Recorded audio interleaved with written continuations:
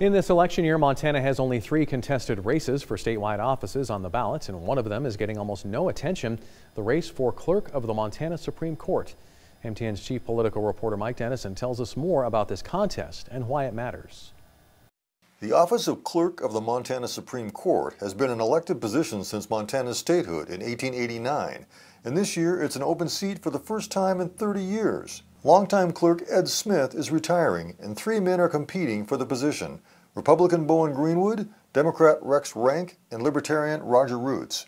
The court clerk maintains the High Court's records and makes them available to the public. Here's how Rank describes the job. And we protect that record for the public's use and the court's use. We're also the ones who maintain the roll of attorneys. And essentially, though, what we do is we deal with the public.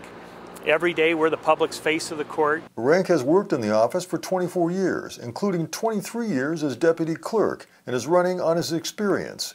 Greenwood works now as spokesman for the State Public Service Commission and has also worked for many Republican candidates' campaigns and the state Republican Party. I have a long record of work in the public information field. My whole career is about information that belongs to the people of Montana and making sure it gets to them.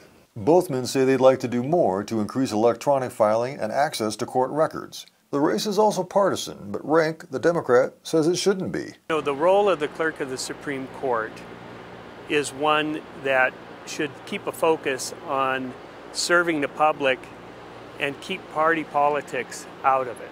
Politics do not belong in the operation of the clerk of the Supreme Court.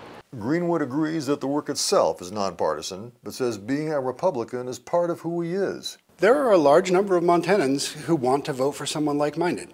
And it may be for an office like this one, or county treasurer, or something that doesn't seem very partisan, but they still like to know that a person who shares their values is in that office. Libertarian Roots says if he's elected, he would maximize the rights of individuals in the document filing process. Reporting from Helena, Mike Dennison, MTN News.